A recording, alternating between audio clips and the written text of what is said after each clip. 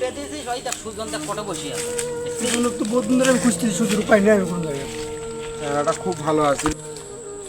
তুই এটি বসে আছিস ওখানে রেট তাইরও পাকে দোকানপাট সব খুঁজি টুজি এসনো কিছু ভালো লাগে না রে দোস্ত, স্মৃতিগুলো খালি মনে পড়ে। কি আসছি রে তোর?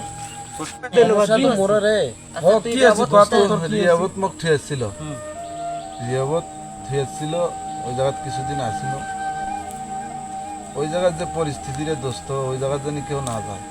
তাই নাকি? কে ওটা খুব মানে কষ্ট খুব না? কষ্ট আছে, খুব কষ্ট। কিরকম কষ্ট? টর্চারিং গুলো করে মানুষ হয় জানি মানুষের সাথে এরকম না করে। তোর কি হয়েছিল? তোকে নিয়াবত থুয়ে এলো দোস্ত মুই তো কিছু কোয়াবো না, ওটা যা 3 দিন পর মুই কোয়াবো কোন জায়গাতে আছে। নিজেও কোয়াবো না, মানুষের কাছ থেকে শুনছ, শুনিয়ে জানছ যে এটা এই জায়গা।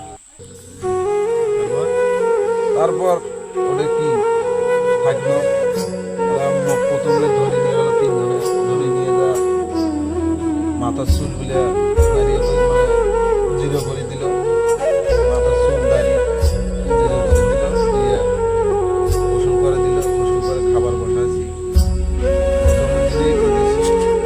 সুস্থ মানে আমি একটু বুঝি তখন সেই সময় বলি যে খাবারটা এখন খাতিছে, পরের বার খাবার নিয়ে তোমার একটা প্রার্থনা আছে, প্রার্থনাটা মুখস্থ করা না আছে, 12টা প্রার্থনা আছে। 12টা? তাই বড় বড়, অনেক বড় বড় এরকম ব্ল্যাকবোর্ডের মধ্যে লেখা আছে, অনেক বড় বড়। আমি তো টুকটাক বাংলা পারি। পুলিশ দাঁড়ে থাকে হুমের নাটি নিয়ে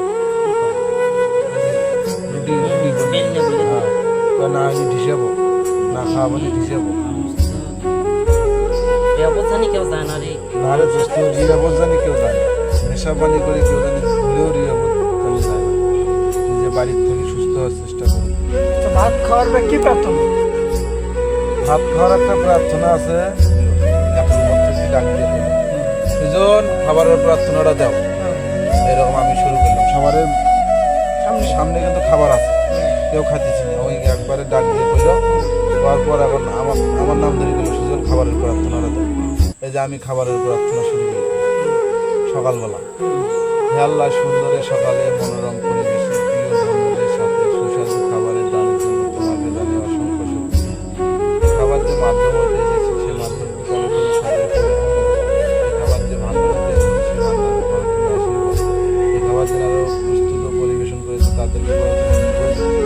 হে আল্লাহ, এই খাবার পৃথিবীর গরিব দুঃখী অনাথদের মাঝে এমনভাবে বিলিয়ে দাও যাতে করে দেওয়া না হয় না। পাশাপাশি আমাদেরকেও দিও, এই খাবার খেয়ে আমরা যে জ্ঞান, বিদ্যা, বুদ্ধি, বল ও শক্তি অর্জন করিব সেজন্য তোমারই সৃষ্টিকারী নিয়োজিত করবো। হে আল্লাহ, তোমারই নামে সবাই আমিন। হে দোস্ত এটা কিভাবে মুখস্থ করলি এত বড়? দোস্ত কষ্ট রে, কষ্ট কষ্ট করিয়ে মানুষ যেটাও পারে না সেটাও শিখে।